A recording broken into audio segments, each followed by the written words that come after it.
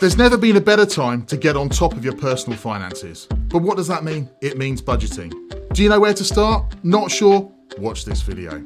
So we're in the middle of a cost of living crisis, whatever you want to call it. Everything's going up. Maybe you're lying awake at night going, how am I going to afford my electric today, tomorrow, next week, next month?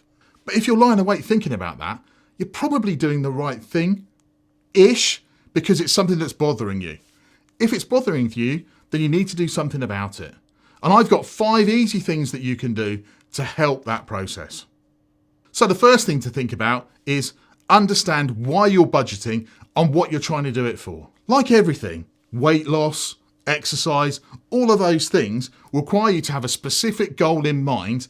Otherwise, you just don't get there. It becomes a bit like, yeah, I'll do that tomorrow, or I'll do that the next day. And then you forget about it. Life takes over.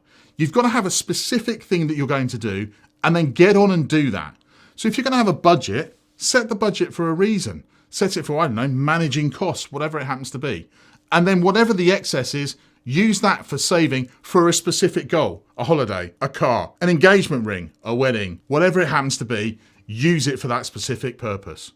So it's not all about budgeting, it's also about saving money. But if you're saving money, you want to make sure that it's working for you. There's no point in it sat in a savings account paying you 0.000000001. Because that's not going to get you any money at all. It's just sat in the bank account doing nothing. You need to make the money work for you. You need to speak to people like financial advisors that will be able to say to you, look, okay, you've got this excess money, why not put it into there? The one thing I will say is that whatever you decide to invest, the value of your investment can go down as well as up. And we also want to make sure that we've managed that likely downflow as well as the upflow. You've decided to budget, you decided to save. There is absolutely no point in saying, right, I'm going to budget for my electric cost to be £13.03 every week. And I'm going to make sure that I save £14.17 every week. Because it'll rule your life. And the one thing to also think about that is that realistic? Are you going to be able to find an electric supplier that means that you can pay £13.03 every week? Probably not. But if you set a general target and say, look, my electric costs are going to be 150 quid, and that works about right, then that's the best that you can do. And you're being realistic about the costs around. Otherwise, you get caught up in the detail and forget about what you're trying to achieve. And overall, that's managing your budget and saving more.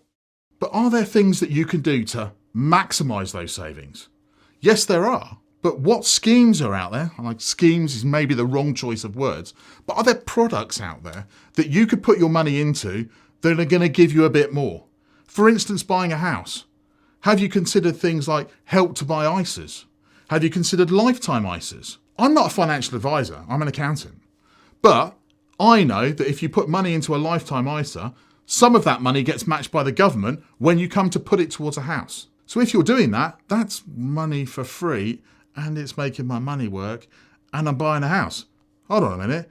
Those 3 things have all got to be in a line and they've got to make sense to be able to maximise that money, that saving, by using those schemes. Don't forget about them, look into them, and then you'll see if they work for you. And I kind of compare this to weight loss, exercise. I'm not exactly the smallest person in the world. Let's be honest.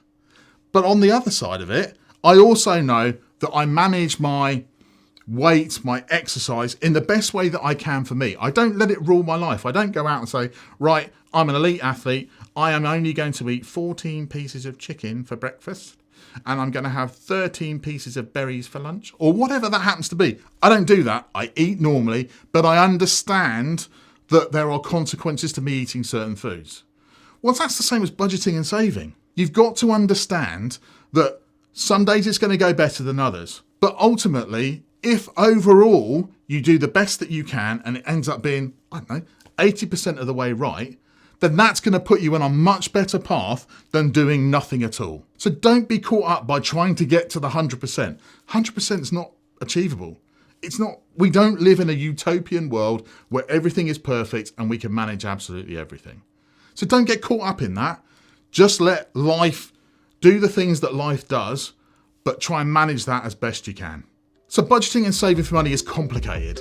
It gets really difficult. But why not just take one of these things that we've mentioned about today and run with that as an idea? Because version 1 is always going to be better than version 0.